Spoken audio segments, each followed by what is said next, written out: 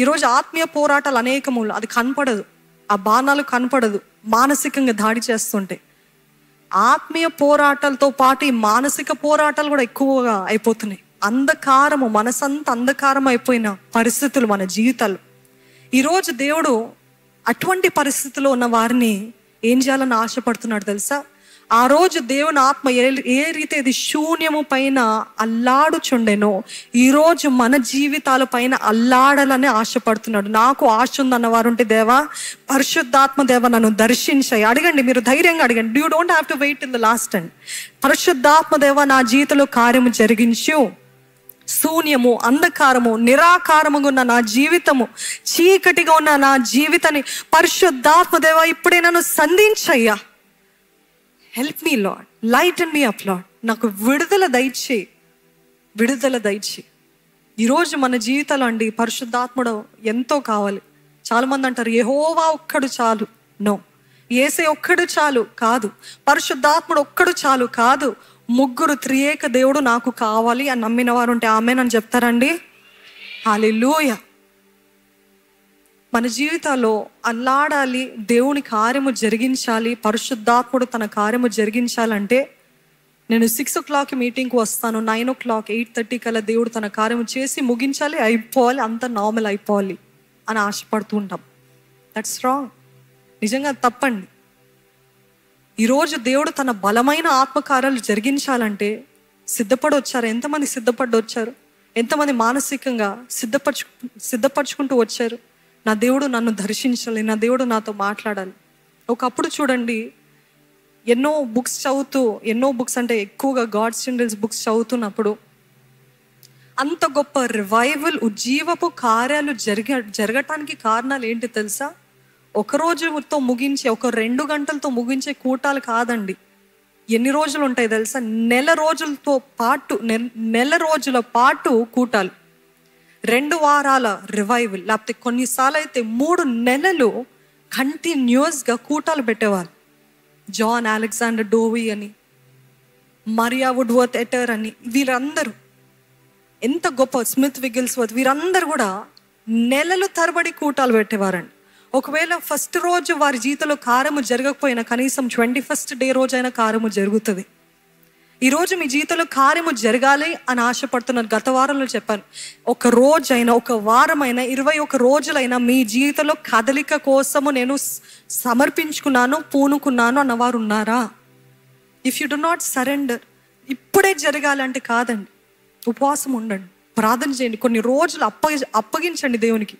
How desperate are you for a change? How desperate are you for God's light in your life? దేవుని వెలుగు నా జీవితంలో కావాలి, నాకు ఆశ ఉంది, నాకు మార్పు కావాలి, నా జీవితంలో కదలిక కావాలి, నా జీవితంలో ఫలితం ఉండాలి అని ఆశ ఉందా?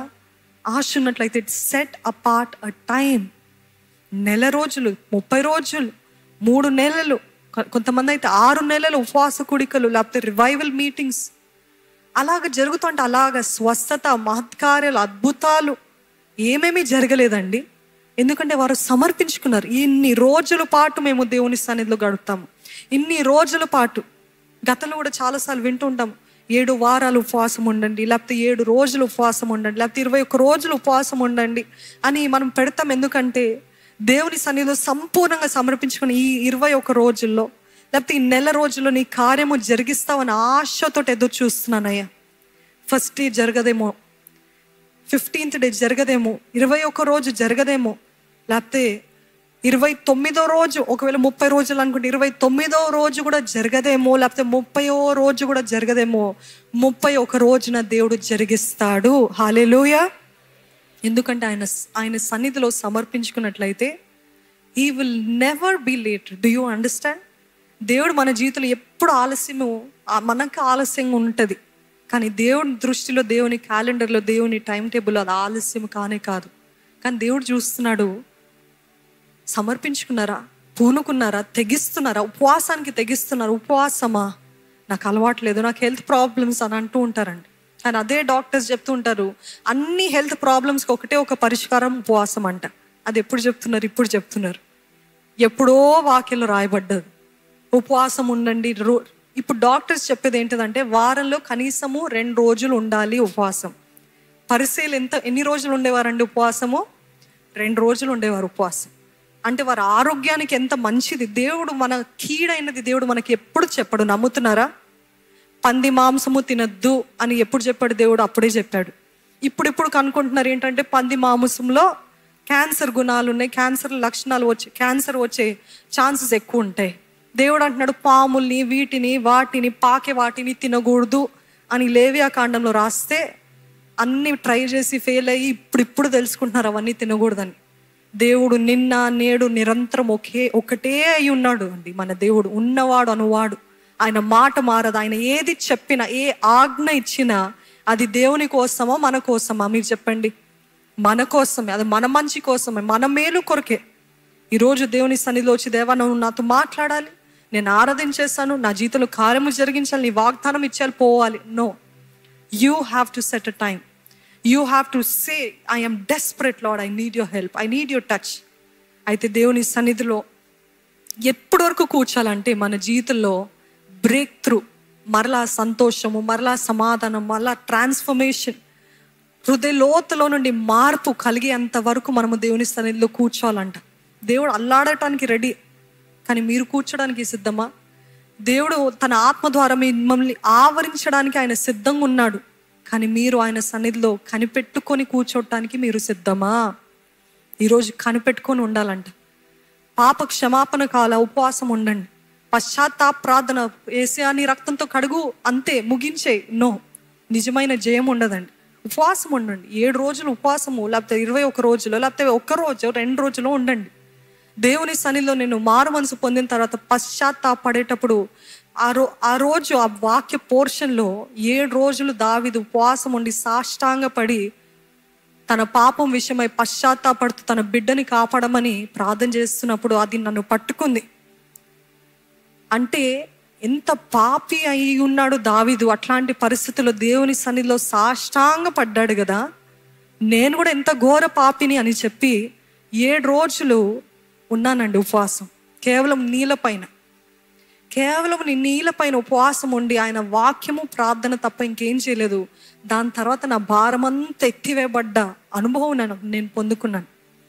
ఈరోజు మీ జీవితాల్లో కూడా దేవుడు తన కార్యము, దేవుడు హెచ్చింపు, దేవుడు ఘనత రావాలంటే కొన్ని వాటిని పూనుకోవాలండి, తెగించాలి. కష్టమా, నష్టమా, ఆకల, దప్పికన, ఇవన్నీ మర్చిపోయి దేవుడు నా జీవితంలో కార్యము చేయాల్సిందే.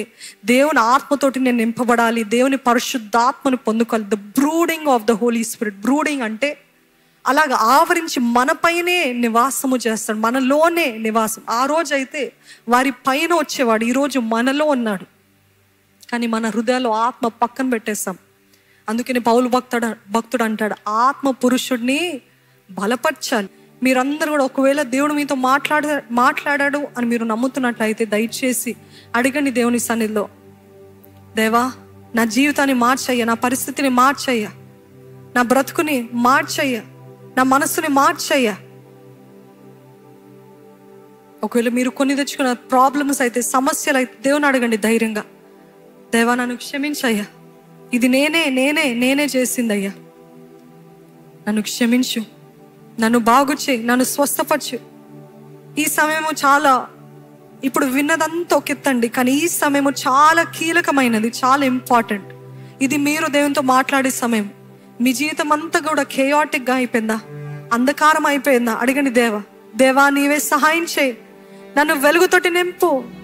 అది అపవాదిదా, లేకపోతే అపరాధ భావముదా, లేకపోతే నిరాశ చేత వచ్చిన ఈ చీకటియా, ఈ అంధకారమా? అడగండి దేవుని సన్నిధిలో, అడగండి దేవుని సన్నిధిలో. నా దేహాన్ని వెలుగుమయంగా చేయయ్యా, నా మనసుని మార్చయ్యా. ఇది ఒక్కసారి మనం అందరము మన తలపైన చేయబెట్టుకుందామండి విశ్వాసముతో. నా హస్తాన్ని క్రీస్తు యేసు హస్తంగా, గాయపడిన హస్తంగా మార్చయ్యా. నా మనసుని మార్చు, ఈ కలవరాన్ని నిమ్మలపరచమని వేడుకుంటున్నానయ్యా.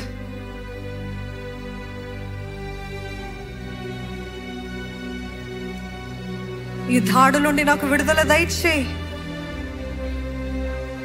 నా కుటుంబంలో నెమ్మది దయచేయి.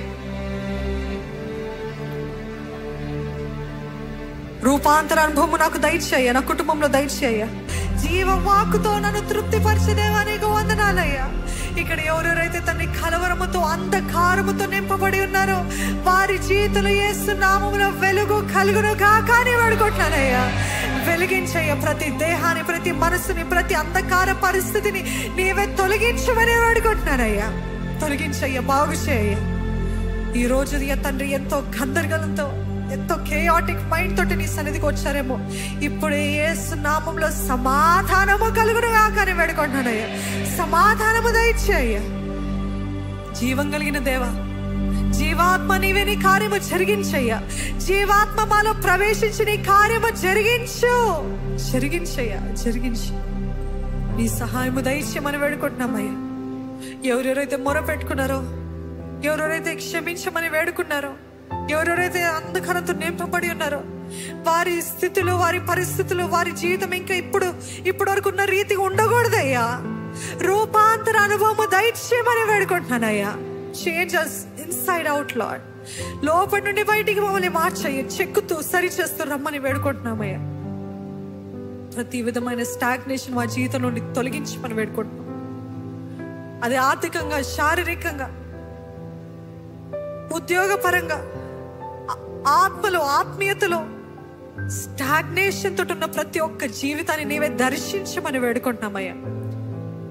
దేవుని ఆత్మ అల్లాడుచుండేనన్న నీ మాట ప్రకారముగా మా జీవితాల్లో, మా ఇళ్ళల్లో, మా కుటుంబంలో ప్రభు ఆత్మ, దేవుని ఆత్మ, పరిశుద్ధాత్మ దేవ నీవే అల్లాడమని వేడుకుంటున్నానయ్యా. నువ్వెక్కడుంటే అక్కడ జీవము కదయ్యా. నువ్వెక్కడుంటే అక్కడ కదలిక కదయ్యా. There is movement, Lord. When you move, there is movement in our lives. We cannot stay the same. We cannot have the same cycle, Lord. We humbly ask you to move in our lives, Lord. మా జీవితాన్ని కదిలించమని వేడుకుంటున్నామయ్యా. తెగించే జీవితాలు దయచే ధైర్యముతో నింపమని వేడుకుంటున్నాను. ప్రతి భయం అనే ఆత్మ నుండి, అంధకార ఆత్మ నుండి నీవే తొలగించమని వేడుకుంటున్నానయ్యా. ప్రతి భయభీతులు కొట్టివేసి జయము కలిగిన జీవితాలు, దృష్టి, ధ్యేయము, గమ్యము కలిగిన జీవితాలు మాకు దయచేయమని వేడుకుంటున్నాం.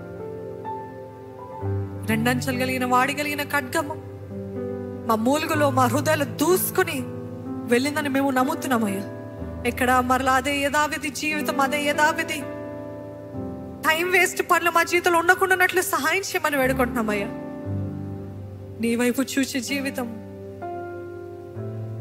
ఈ రాత్రి ఎవరిని కూడా తండ్రి ఏ అంధకారం, ఏ చీకటి ఆత్మలు దాడి చేయకుండాన్నట్లు నన్ను కానీ, బిడ్డని కానీ, కుటుంబాన్ని కానీ, ఇక్కడ ఉన్న వారిని కానీ, లైవ్లో ఉన్న వారిని కానీ దాడి చేయకుండాన్నట్లు ఇప్పుడే ప్రతి ఒక్క చుట్టూ నీ అగ్ని కంచె వేయమని వేడుకుంటున్నానయ్యా. నీ అగ్ని ఎక్కడ ఉంటుందో అక్కడ చీకటి రాలేడు కదయ్యా.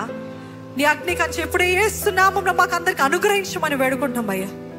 తేజోమయుడా, జ్యోతిర్మయుడగు తండ్రి నేను వేడుకుంటున్నామయ్యా. నీ అగ్ని మాకు కావాలయ్యా.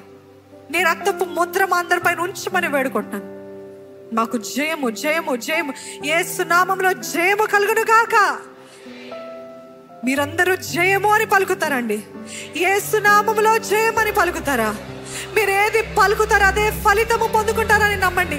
యేసు నామములో జయము, యేసు నామములో వెలుగు, యేసు నామములో శక్తి, యేసు రక్తంలో విజయము.